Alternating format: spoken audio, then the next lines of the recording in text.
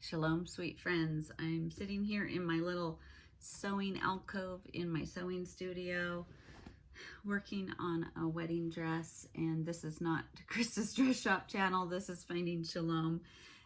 Welcome. I'm just popping on because I told you I'll pop on when I just really feel inspired by God. And usually that has to do with Him correcting me. Maybe you guys can glean a little bit from what I'm learning. Let me know in the comments if you are dealing with unforgiveness. It's something I have wrestled with and wrestled with and wrestled with, and I understand the concept. I've got it here. Sometimes it's hard to get it here.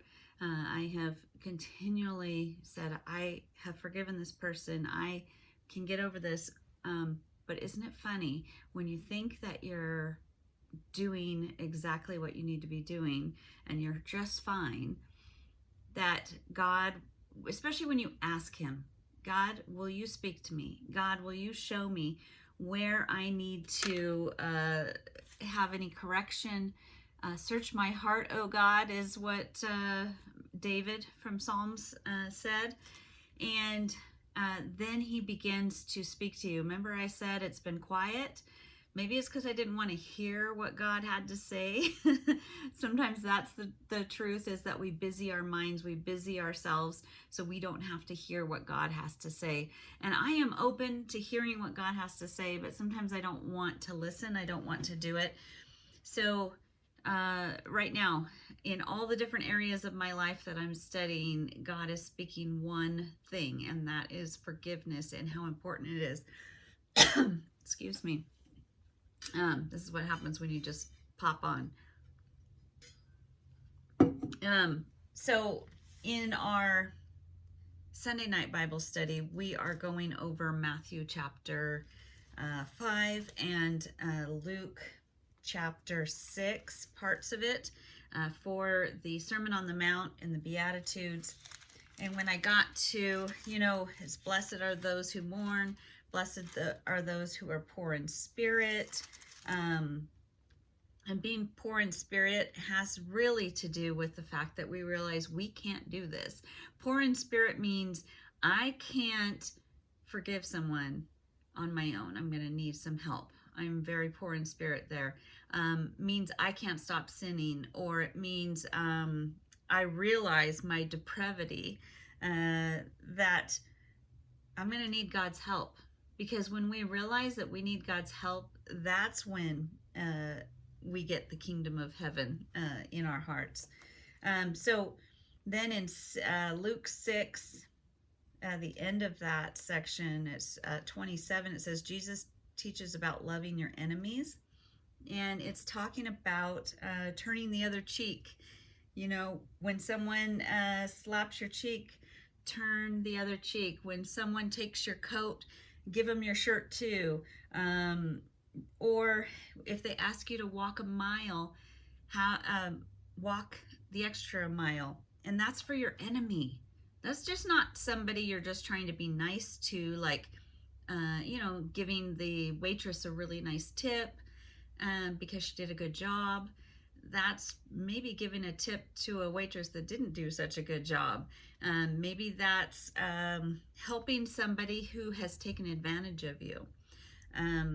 That is, there's just so many applications. I know you can probably come up with a million in your own mind of what's going on throughout your day. Somebody at work that is just not treating you right. An old business partner that just has kind of taken advantage of you. And then you turn around and you do things nicely for them. So I was getting that in that study. And then, like I said, my son and I are going through 2 Corinthians right now. So chapter 2, I opened it up this morning, 2 Corinthians 2, and it says forgiveness of the offender. And from verse 5 through 11, it's, if anyone has grieved, caused grief, he has not so much grieved me as he has grieved all of you to some extent. So we don't understand who Paul is talking about. This is obviously a letter back to them. something big has happened. A couple letters have already happened in between now and the last letter, so we can't even really go off of the last letter. And so basically the church has been hurt. Somebody has been severely hurt, and it's also hurt Paul. So, and he's far away, so it had to be something pretty big. Now instead, you ought to forgive and comfort him so that he will not be overwhelmed by excess sorrow. So someone hurt the church, and now he's saying go and comfort them so that he won't be overwhelmed by excess sorrow. I urge you, therefore, to reaffirm your love for him. Another reason I wrote you was to see if you would stand the test and be obedient in everything. Anyone you forgive, I also forgive. And what I have forgiven, if there was anything to forgive, I have forgiven in the sight of Christ for your sake. Now this part got me this morning. Verse 11. In order that Satan might not outwit us, for we are unaware of his schemes. And I think the Living Translation was basically, we need to forgive so that Satan doesn't win against us. He doesn't outwit us. He doesn't have his schemes against us. That stopped me in my tracks. I'm like, you know, we always think of we need to forgive someone because it's healthy for our bodies get sick when we have unforgiveness. We need to forgive somebody because mentally, physically, emotionally, it's better for us. Spiritually, it's better because we're living as Christ lived, that we forgive someone. But also that the enemy may not be able to trick you, outwit you, and have his schemes against you. He's using unforgiveness in your life to kind of have a strategy against you, to take you down, to make you not feel that joy-filled life, that abundant life that God promised. He's stealing from you, and you're allowing it if you don't forgive. I'm speaking to myself here. So I share that with my husband on his lunch hour, and he says, oh, that's funny, because not only do you have those, you know, all pointing towards forgiveness, but his men's group is going through a book called Un-Offendable. One of the guys used to attend this church and brought it to them. I think he was in Arizona or something like that. Anyway, so they've been going through this book called Un-Offendable. And on page 64, it says, we just highlighted here, we are too good at deceiving ourselves to know if we have righteous anger or not. Maybe this is why there is so much allowance in Scripture. Let me read where my husband read to me, just this little part right here. If I get to determine whether my anger is righteous or not, I'm in trouble. So are you. The reason is we can't trust ourselves. Trust in yourself sounds like a perfectly normal thing to do. Problem is, for the believer, it isn't biblical at all. We are deceptive to the core. The heart is Sorry, I gotta say that again.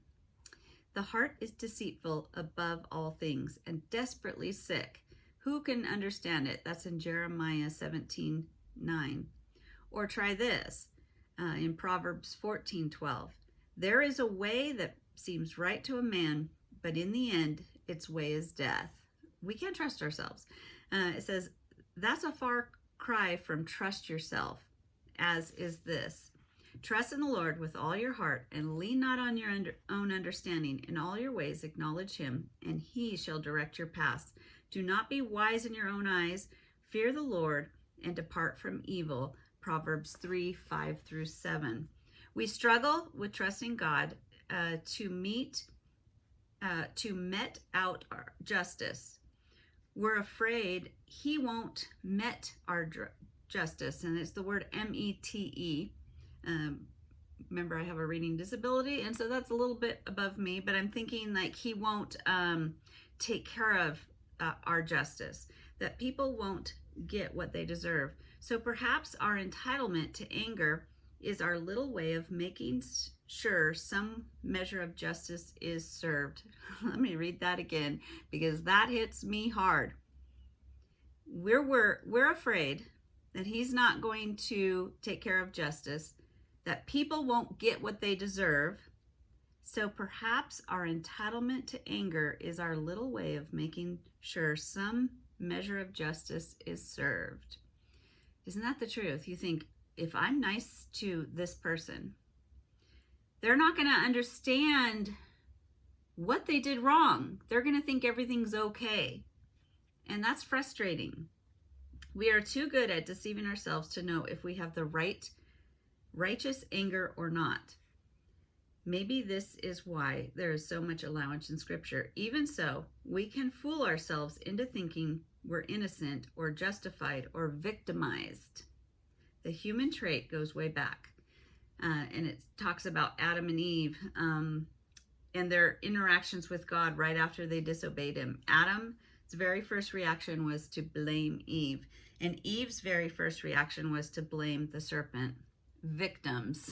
So we are so good at playing the victim.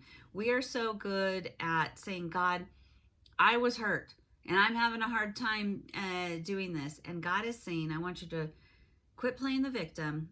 And regardless of who was right and who was wrong, I want you to forgive.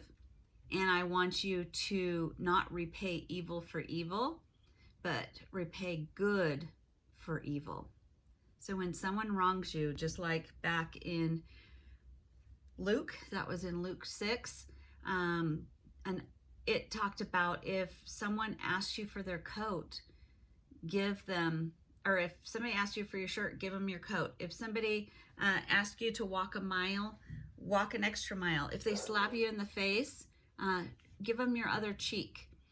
So that's a hard word for today, a hard word.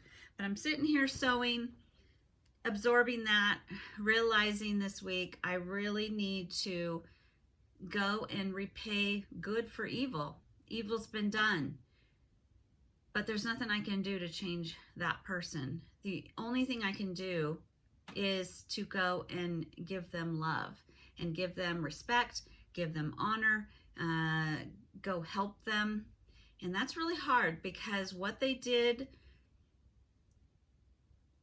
to us by lying and not doing, it's hard to say, not things, they actually caused such a division in the family that two of my children no longer want to really have relationships with us.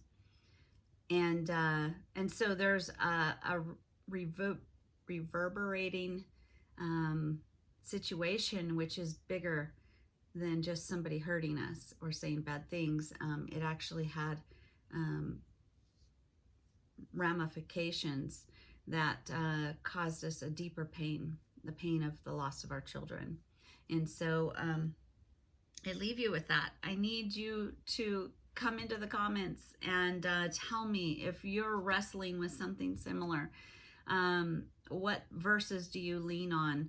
And do you find that God has a tendency to, when he finally does speak to you, correct you? Because sometimes in the situation, it's not, God, how can you change? We have a tendency to say, God, change them. Please change them. Show them the way. Show them how it is. And he's saying, let's work on you first. Let's change you. Let's help you to grow and help, I'm talking me.